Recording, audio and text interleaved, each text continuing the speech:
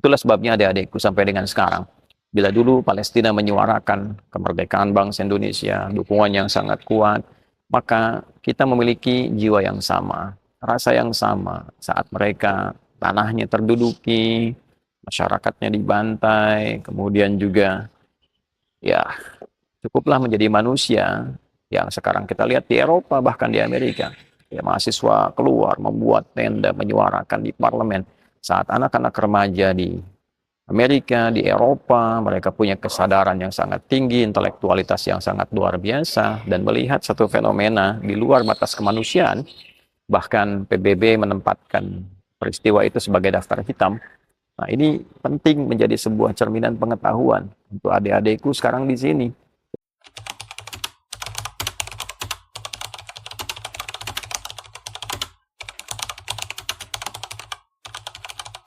Assalamualaikum warahmatullahi wabarakatuh. Nah, beberapa hari ini viral, anak-anak remaja kita menghadirkan satu tampilan di salah satu rumah makan dan menggambarkan bahwa apa yang dikonsumsi itu terkorelasi dengan situasi yang terjadi di Palestina. Dan kita juga dapati bahwa teman-teman, adik-adik kita ini sudah menyampaikan juga permohonan maaf, tentu dengan kelapangan hati yang luas dan juga kejernihan berpikir kita semua. Kita memaafkan apa yang telah adik-adik sampaikan dengan tulus.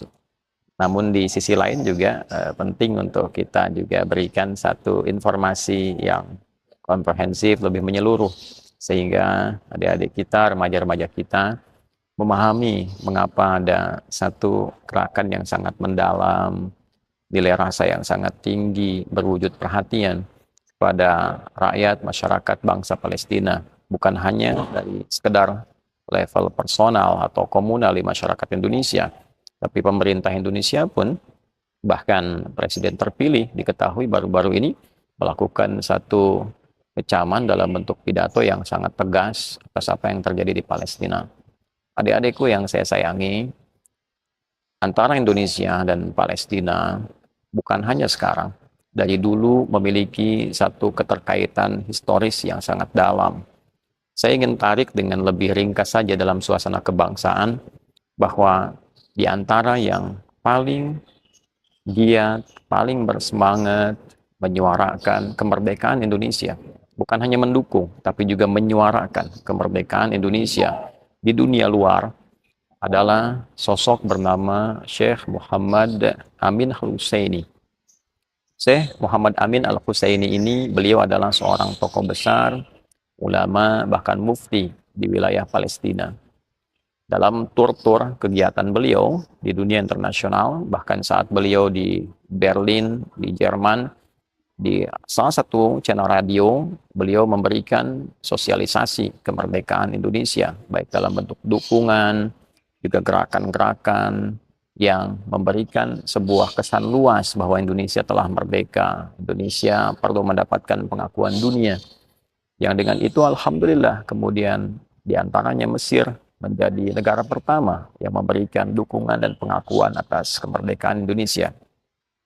Kelak dalam salah satu momen yang sangat bersejarah, yang diwakili salah satunya oleh Buya Muhammad Nasir dan juga delegasi Indonesia yang datang ke Kairo, lantas kemudian melakukan press conference pada saat itu, hadir pula Syekh Muhammad Amin Al-Husseini, juga beberapa pejabat-pejabat dari Mesir yang memberikan penguatan kembali atas kemerdekaan Negara Kesatuan Republik Indonesia. Dan jangan lupa bahwa dalam situasi-situasi di masa itu, saat-saat awal kemerdekaan yang tidak mudah dan juga penjajah, dalam hal ini Belanda, berupaya untuk melakukan manuver-manuver selain politik juga militer, bahkan datang ke beberapa tempat di Indonesia untuk melakukan ekspansi aksi militer yang kedua.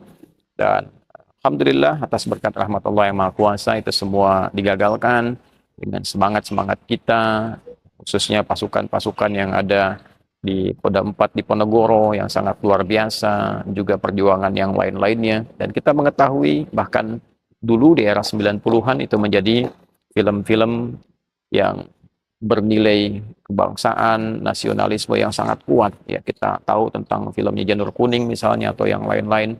Terlepas dari berbagai cara pandang yang berbeda, namun semua punya semangat yang serupa, yaitu tentang jiwa kebangsaan, patriotisme, dan raihan untuk menggapai kemerdekaan yang sangat mulia itu. Itulah sebabnya adik-adikku sampai dengan sekarang.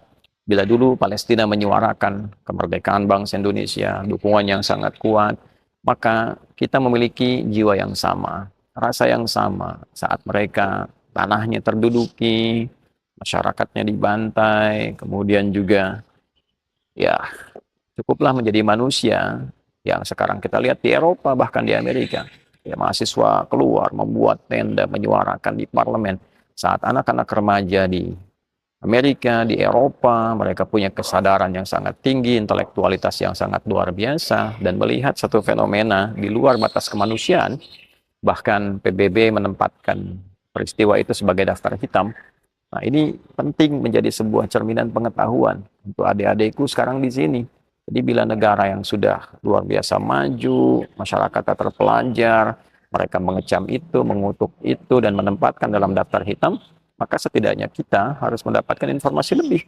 Ya, bukan tindakan-tindakan yang kontraproduktif, yang mungkin sekali lagi saya rasa minimnya informasi yang mungkin didapatkan atau referensi yang tidak seimbang yang selama ini belum kita dapatkan sepenuhnya. Oleh karena itu, saya turut mendoakan semoga adik-adikku senantiasa bisa memperluas wawasan, mendapatkan kesempatan menambah pengetahuan, dan saya mencintai Anda semua. Tidak ada celah bagi kita untuk saling mengecilkan karena pemegang otoritas yang dapat menyukseskan, memajukan bangsa yang kita cintai Indonesia ini adalah generasi adik-adik ke depan. Bila adik-adikku tidak memperbanyak bacaan, wawasan dengan cara yang jernih, ya bukan sekedar kita parsial dengan hal-hal tertentu, tapi kita berpikir dengan cara yang jernih dan kita tarik dalam nuansa kebangsaan kita dengan segala aspeknya. Aspek historisnya, dengan aspek agamisnya, aspek sosialnya, yang dengan itu mudah-mudahan menjadikan kita tetap tegar, semakin berkemajuan, dan lebih daripada itu, saya kira ini menjadi catatan bagi sekolah, dan sekolah telah memberikan klarifikasi, tapi tambahan informasi itu penting. Dan juga yang lebih penting adalah untuk kementerian terkait, Kementerian Pendidikan. Saya kira harus dipikirkan secara mendalam, mau dibawa kemana suasana pendidikan kita ini, karena ini hanya satu dari sekian banyak gejolak, dampak-dampak dari hasil pendidikan yang mungkin mesti dievaluasi kembali. Bukan sekedar bicara tentang kurikulum, tapi tentang karakter kebangsaan kita, bagaimana menghadapi tantangan global. Saya kira ini PR yang sangat penting untuk kita bincangkan dibandingkan hanya kita berpikir pada aspek-aspek yang terbatas semata.